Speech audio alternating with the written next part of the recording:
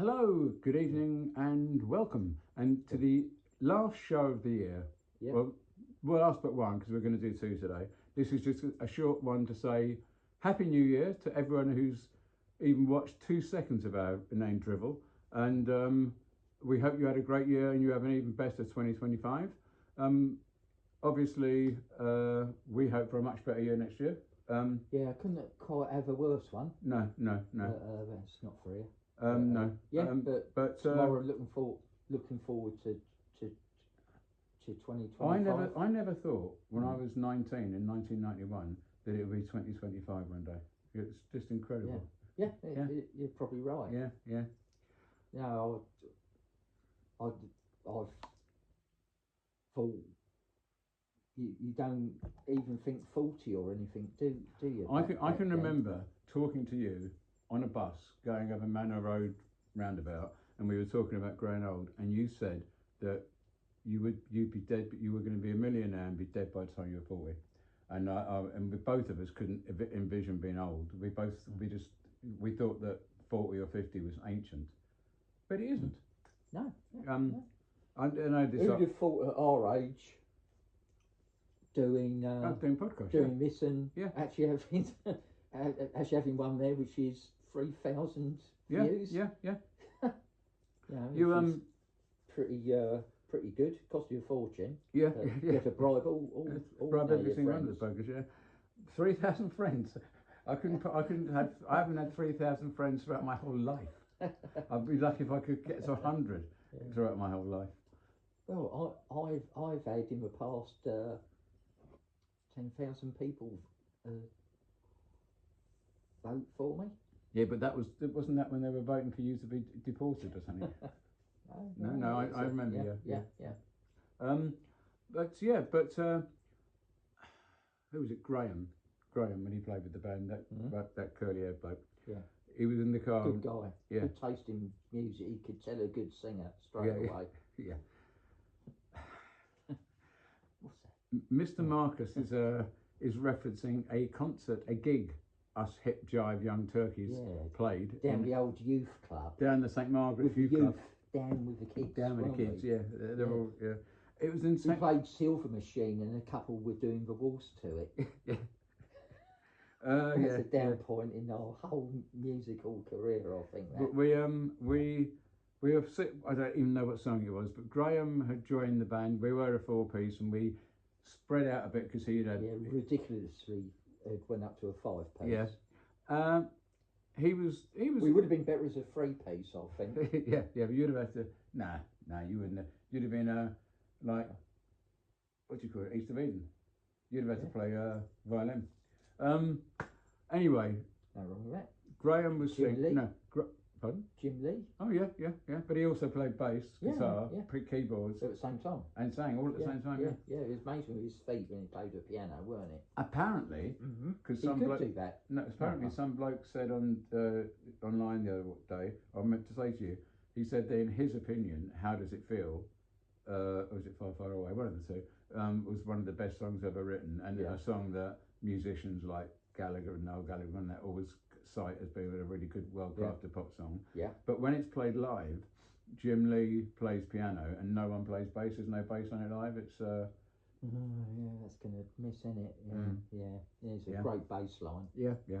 I had a film. Someone posted a film because he states in his autobiography that he plays guitar bass like he plays guitar. I noticed him today. I saw him playing bass on Wild. Oh yeah. Wings in but he's playing it like he's all over the bloody place. But and Swizzle, bit like you when you played bass, your hands were all over the place. None of them on a right note. I was going to post a couple of pictures in the new year. What, of you playing bass? No. One of you playing guitar, saying Marcus at 17 he could play, and then one of me on my 60th birthday with a bass guitar in that studio, he couldn't play. I might still do that. It's a great couple of photos. But it's the biggest con, that picture of you playing bass. Yeah. I was looking so studious. Couldn't play a fucking note. I could play a note, You but could play a they note. weren't in the right order. But it wasn't Yeah. wasn't anything related to what I was playing. No. But anyway, going back to Graham, he was playing. We were playing the gig. I was singing. Graham took a couple of steps forward and leaned over and listened to the amp of the monitor, and then he looked We had up. those amps in front as well, didn't we? Yeah. He was going. He had to come to get the gear because the Damned were playing somewhere. And he was taking the gear from us to the Damned. But he basically listened, then looked at me and just shook his head because I was out of key, and what modicum of confidence I had just drained from my body, and I then started warbling like Ken Dodd. None of the crowd left. They all enjoyed it. They all enjoyed it. Yeah, had a good dance. Ren went up for a drink at the bar afterwards and said, "What did you think?" And some bloke said, "In the band were all right. Look, that fucking singing was awful." Bastard. I'll find you as well, that woman and you. I've got a hit list going. What was I going to say? Anyway, yeah, Graham was talking about his parents and walking in on them at an inappropriate time, and everyone was going, "Oh my God, they were 50. Oh God, but when you're 50, you still have urges, you still have normal feelings, you still watch TV, you still go to films, you still watch telly. I everything. was watching. I haven't watched telly today, but I did watch telly yesterday. I know, yeah. I know that you have certain people that you Oh, by the way, New Year's Day, so that's tomorrow. A new Vera, the very last ever Vera. I thought this was New Year's Eve. Yes, so tomorrow, New Year's Day. Changed myself to make it look like... Yeah, it is New Year's Eve, so tomorrow's New Year's Day. No, you said tomorrow's New Year's Eve. No, I meant to say New Year's Day. Yeah, you meant, but you didn't. Look at playback. All right, okay.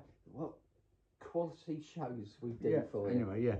Anyway, anyhow, give us your. You'll be seeing this on New Year's Eve. On New Year's Eve. Give us your highlight of. I mean, you're a much bigger collector than me, and you brought a lot more records than me this year. The one that's given you, if you can, the most satisfaction to track down, or the one that you've enjoyed owning the most in 2024?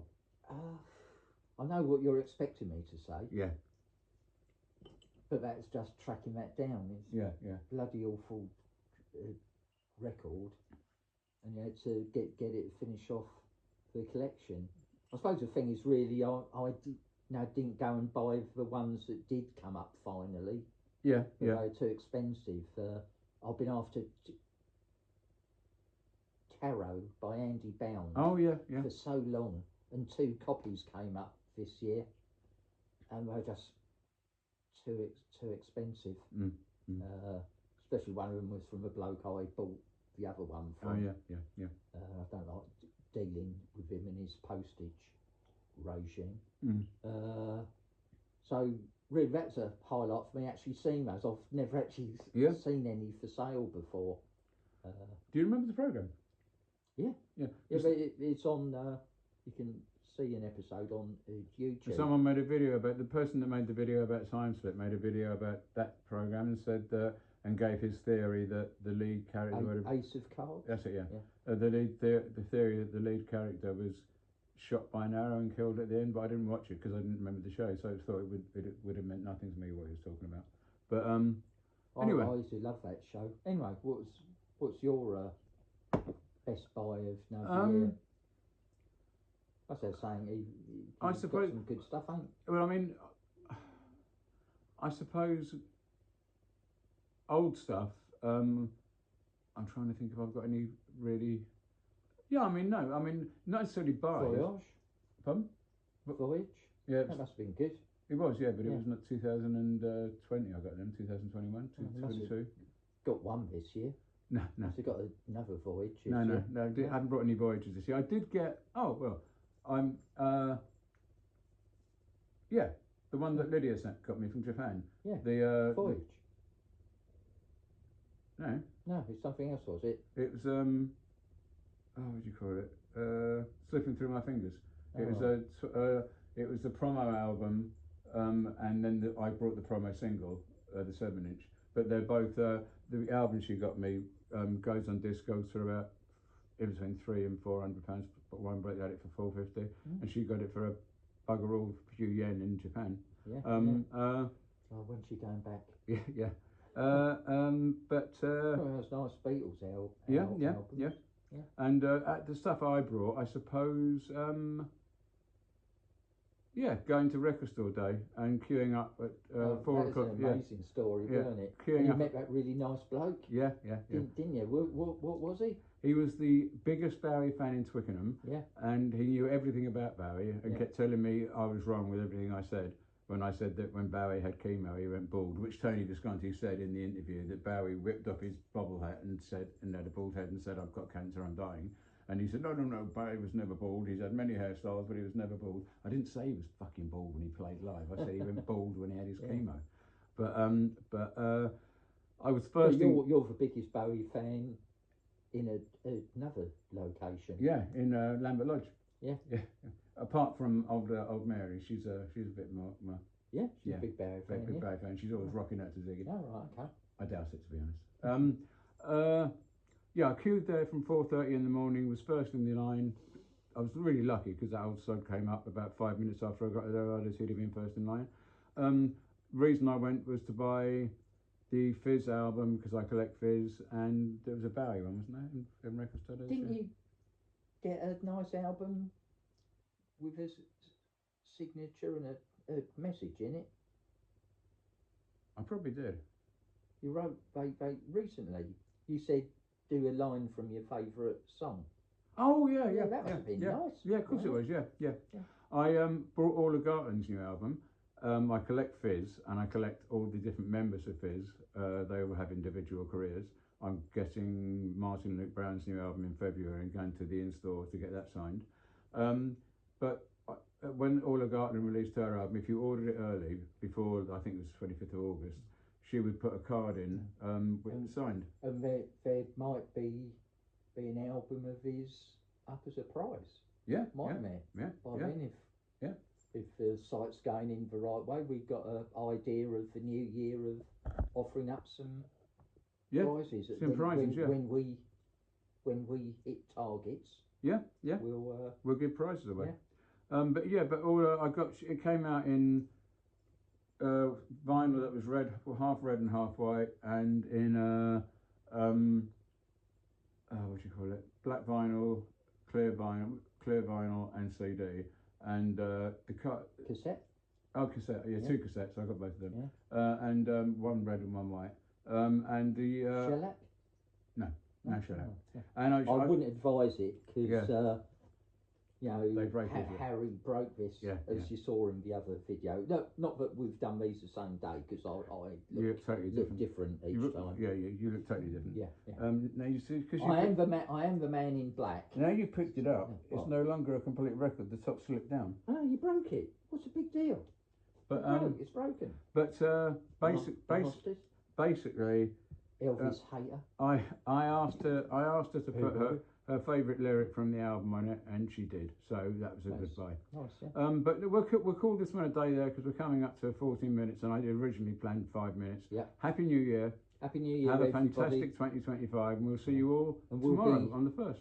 Ranting and talking nonsense for the whole of 2025, I guess. We will be indeed. Yeah. Take care, everybody. Cheerio all. Bye. Happy New Year.